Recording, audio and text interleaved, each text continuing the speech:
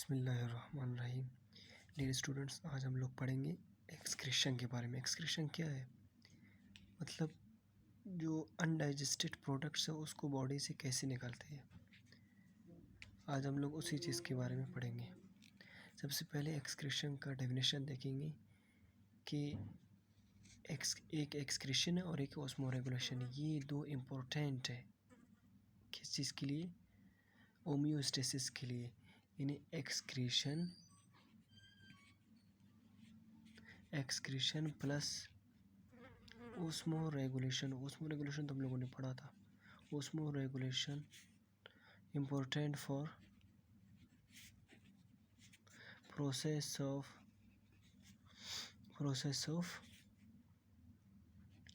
Homeostasis, यानी चीज़ों को कांस्टेंट रखने के लिए बॉडी के अंदर ये दोनों चीज़ों का एक्सक्रीशन और ऑस्मोरेगुलेशन का होना बहुत ज़रूरी है। इसके बाद हम लोग पढ़ेंगे कि कौन कौन से प्रोडक्ट्स है, एक्सक्रीटरी प्रोडक्ट्स कौन कौन से। इसमें एक्सक्रीटरी प्रोडक्ट्स हमारे पास क्या है? Nitrogenous wastes and nitrogenous waste में इस तरह लिख रहा हूँ। इसमें कौन कौन कौन सा थे? अमोनिया है, यूरिया एंड यूरिक एसिड है। इसके अलावा बाइल पिगमेंट्स यानी बाइलिवर्डीन और बाइलरुबिन। बाइलरुबिन क्या है? ये पार्ट्स, मतलब जो आरबीसी जब टूटता है, part formed by breakdown of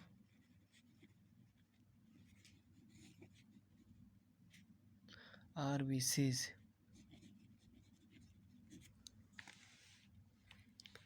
तो ये चीज़ें इंसान के अंदर या मतलब ह्यूमन या एनिमल के अंदर ये चीज़ें एक्सक्रीशन के लिए। और प्लांट के अंदर क्या क्या है? प्लांट के अंदर क्या क्या है? Excretory products. प्लांट के अंदर दो है, O2 CO2 और भी बहुत सारे। तो O2 क्या है? फोटोसिंथेसिस में है। किस में है? फोटोसिंथेसिस में। और CO2 रेस्पिरेशन में है। इसके बाद हम लोग पढ़ेंगे प्लांट वैक्यूल्स के बारे में। पहले हम लोगों ने जो पढ़ा था, प्लांट का जो वैक्यूल है, प्लांट का जो वैक्यूल है वो बहुत बड़ा होता है। क्या होता है? Big vacuole for storage of organic material.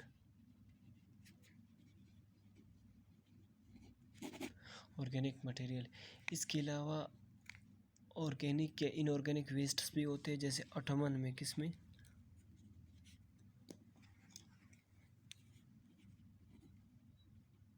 Ottoman की सीजन में ऑर्गेनिक वेस्ट जैसे लीव्स फॉलिंग है।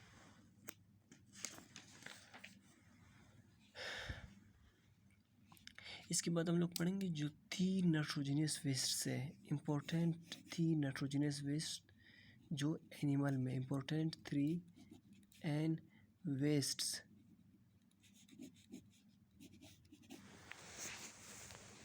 कौन कौन से है? नंबर 1 है अमोनिया। मैं इनको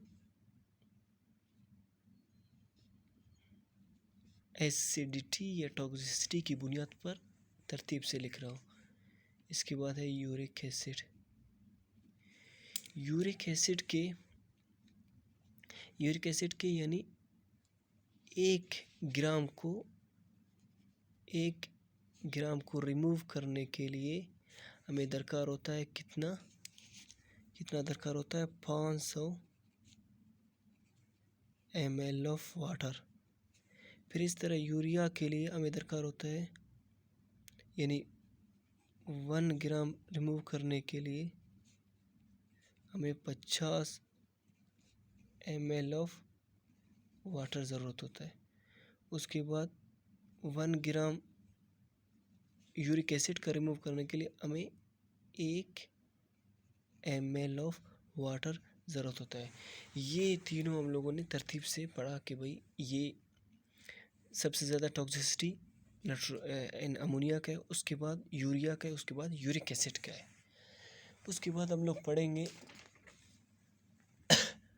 कुछ और इम्पोर्टेंट नाइट्रोजीनियस वेस्ट से, हम लोग उन्हीं के बारे में पढ़ेंगे। कौन से नाइट्रोजीनियस वेस्ट से?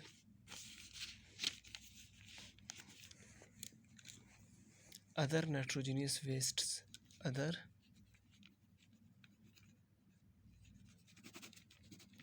Nitrogenous wastes. इसमें एक वेस्ट है, उसको कहते हैं TMO। क्या कहते हैं? TMO, tri methyl oxide.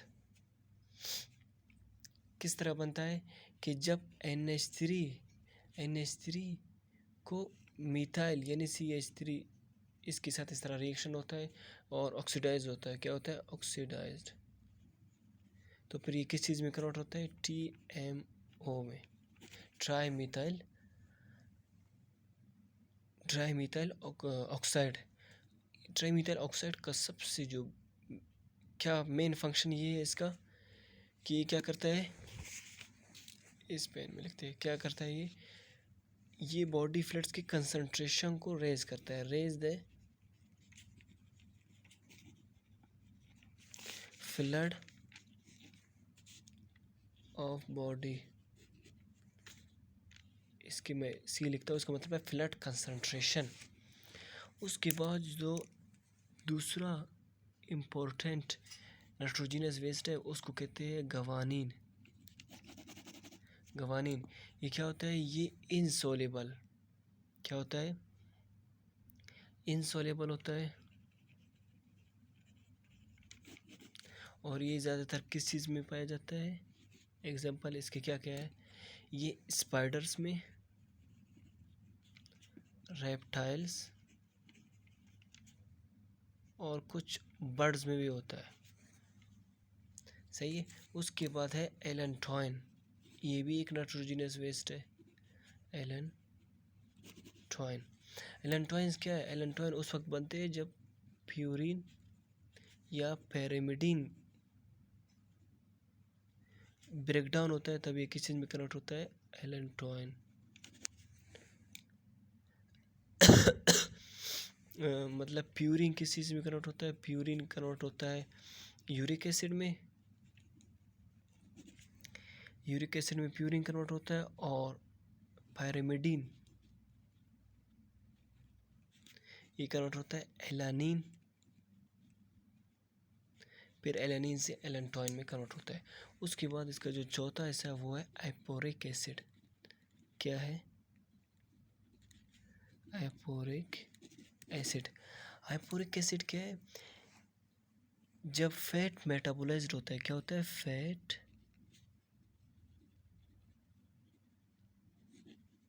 Metabolised होता है तो ये किस चीज़ में कन्वर्ट होता है?